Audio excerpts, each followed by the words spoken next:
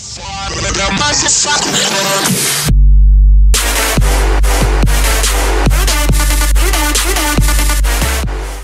going on YouTube? We're here with another Smite build video. I am your host Shui.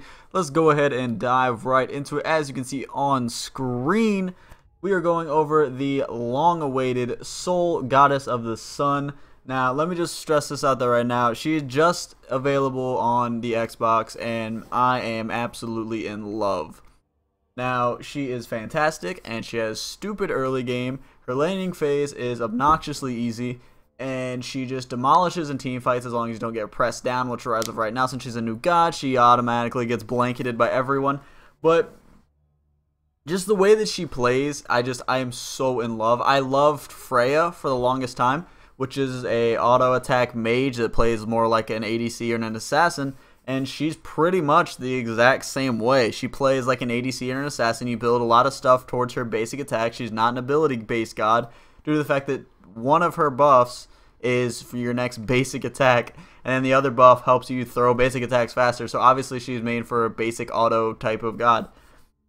But pretty much we're just going to get diving into it. This is actually not what she looks like. She usually looks like this, but I love the Supernova skin, so we're just going to do it with her in that. We're going to go right over her abilities real quick. She has Unstable Manifestation. Sol gains heat as she uses abilities and hits with basic attack. She gains plus 1% magical power and plus 1% attack speed for every 3% heat. And at 100% heat, Sol's basic attacks gains plus 35% damage.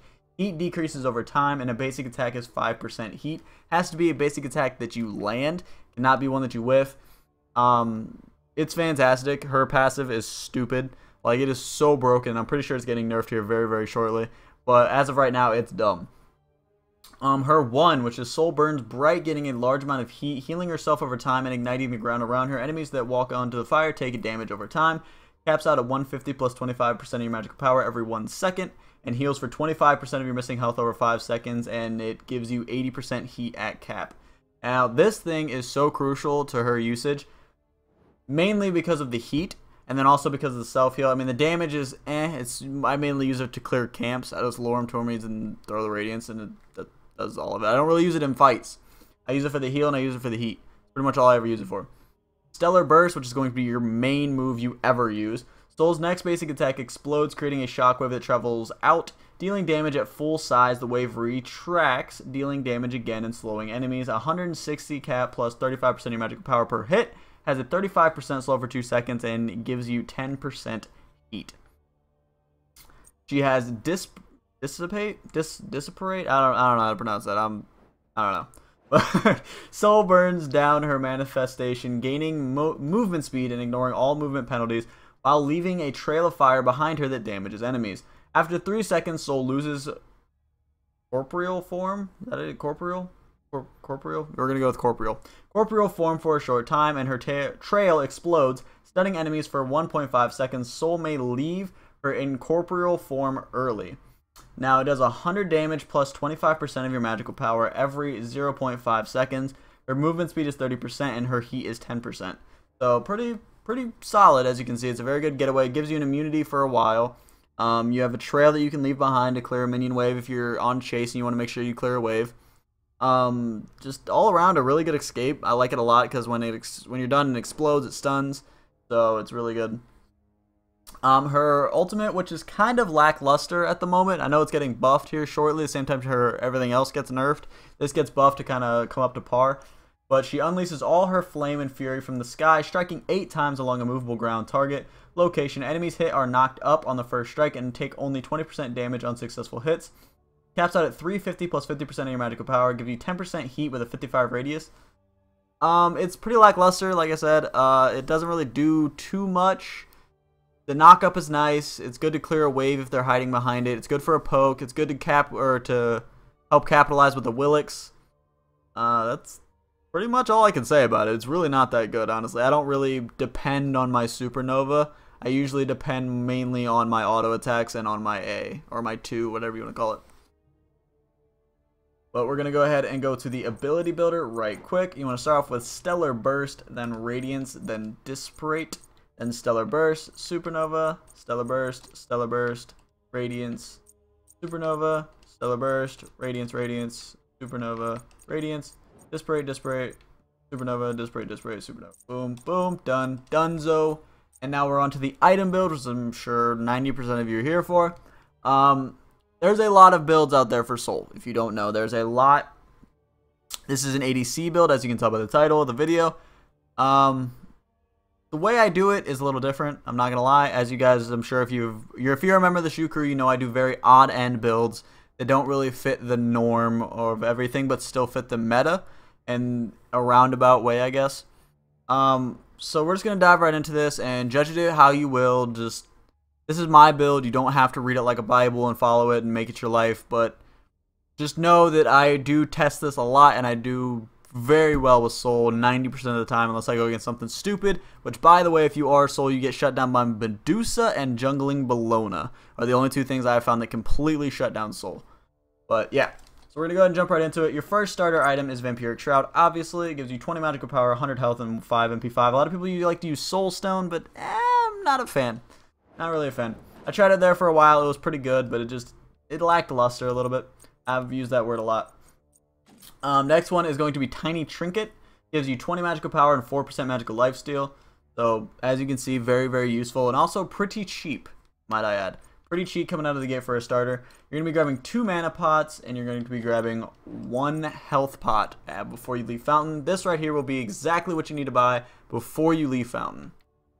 Now, the first item that you're actually going to build out is not actually going to be your lifesteal. It's actually going to be Shoes of the Magi, which gives you 45 magical power, 10 magical pen, and 18% movement speed. A lot of people like to go Shoes of Focus now with the new meta change, due to the fact that they took the mana off the Shoes of Magi and put them on the Shoes of Focus. But then they also increased the magical power from the Magi by 5. Honestly, the penetration of the magical power is a lot more useful than the mana overall, due to the fact that her abilities are stupid cheap. Like, they're insanely cheap, and the cooldown on them are also pretty insane. Next item is actually the lifesteal item that we will go up on, and it's going to be the Polynomicon, which gives you 75 magical power, 300 mana, which is why we don't need the mana from the boots, and 10% lifesteal. Using an ability gives your next basic attack within the next 8 seconds, plus 60% of your magical power as additional magical damage. This effect can only apply once every 3 seconds. Now you see why we needed the power from the boots instead of the mana. This caps where the mana would have been, and also it helps kind of capitalize on the early game damage you can get using Polynomicon strikes. Next one that you want to grab is a pretty standard for Freya-esque type mages, which is Demonic Grip. Gives you 60 magical power, 25% attack speed. Your basic attacks reduce the target's magical protections by 7% and an additional 5 points for 3 seconds. Pretty much a Spear of Magus, but for basics.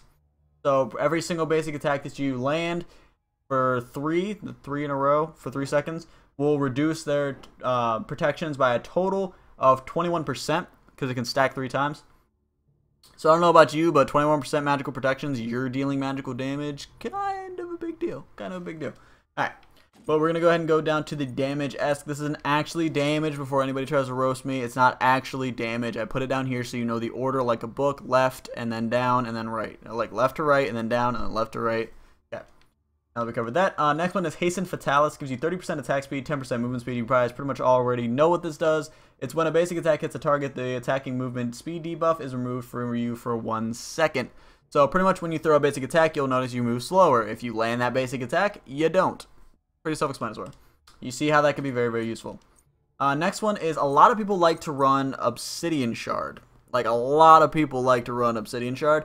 I am actually rotating out, like, in and out Obsidian Shard with the last item, but not this one. This one actually took the original place of Obsidian Shard for me, and it is Pythagorean's Peace. Gives you 70 magical power, 15% magical lifesteal, and 10% cooldown reduction, plus 20 magical power and plus 10% magical lifesteal to allies within 70 units, excuse me. The allies buff aura also is put on you, which is very useful. And not to mention the CDR is nice. It gives you more lifesteal, gives you more magical power. You get a total of 90 magical power from this by itself. It's really nice, guys. It's really, really nice. And then this last piece is pretty much a staple in mages everywhere, which is Rada Tahuti. I've actually been switching this out with Obsidian Shard, depending, due to the fact that all my other things are based off of magical power. Rada Tahuti 9 times out of 10 wins the contest for Obsidian Shard.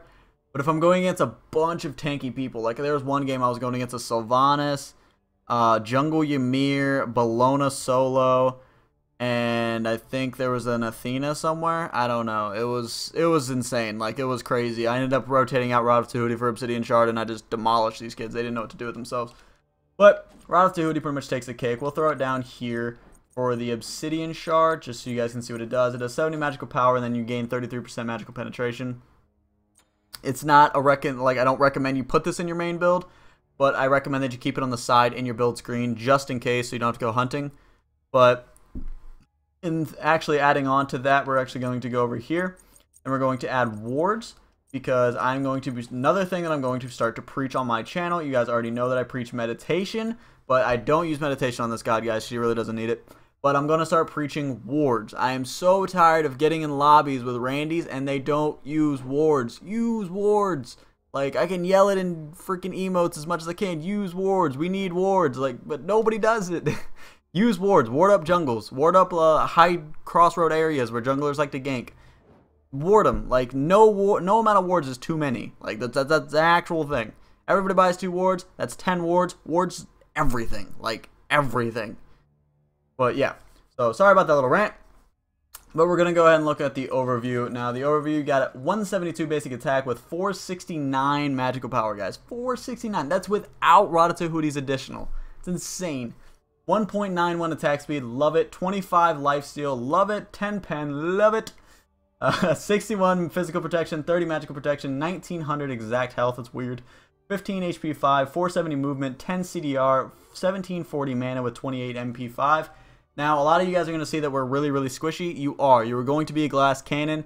Another item that I could probably recommend that you switch out is I would recommend switching out Demonic Grip for Spirit Robes. Due to the fact that if you're just getting targeted down non-stop, Spirit Robes are the way to go. Due to the fact that it gives you damage mitigation and also gives you magical and physical protections. And also has some CDR to it, so it'll help you put out more damage, try to keep people off of you. But yeah, I would definitely rotate that in there as much as possible. But there you go, guys. That is pretty much it for this video. If you did, make sure you smash out that like button for me, because you already know your support is greatly appreciated. And also, if you have any other gods that you would like to see, go ahead and comment that down below. Any gameplays you would like to see, go ahead and comment that down below. Don't comment Sol gameplay. It's already coming. It's already in the works. I'm working on it, guys. Also, if you are new to my channel and this is the first video you've watched because you just love Sol so much, go ahead and smack that subscribe button as well to become part of the Shu crew, because you already know it's where all the cool kids hang out. Come here, learn a thing or two about Destiny or Smite, and get better and do what we do best, which is gaming. But that's pretty much it from me, guys. I'm going to get out of here. I will talk to you later. Peace!